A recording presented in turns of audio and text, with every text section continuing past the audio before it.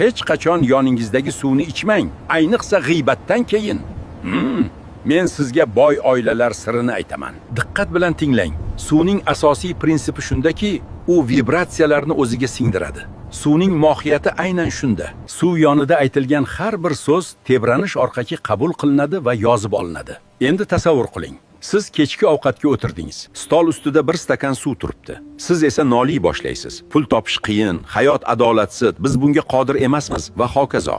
Keyin siz o'sha stakanni olib, suvni ichasiz. Siz hozirgina aytgan barcha so'zlaringizni ichingizga yutdingiz. Otam menga unutilmas saboq berib ketgan. Uning ovqat paytidagi bitta qoidasi bor edi va u hech qachon buzilmasdi. Stol ustida ovqat yoki suv turgan paytda hech qanday salbiy energiya bo'lmasligi kerak. Hech qanday shikoyat, g'iybat yoki yomon gap bo'lmasin, hatto o'zingiz haqida. Endi doim oldingizda suv bo'lsa, atrofda nima gapirilayotganiga e'tibor bering.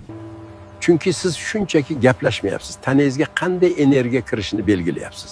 Shuning uchun eng boy oilalar ovqat stolini bank hisobidan ham ko'proq himoya qilishadi. Chunki ular ko'pchilik hech qachon tushunmaydigan narsani tushunishgan.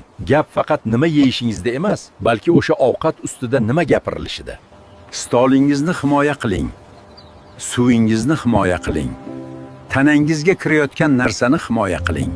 Video sizga ma'qul bo'lgan bo'lsa, obuna bo'lishni unutmang va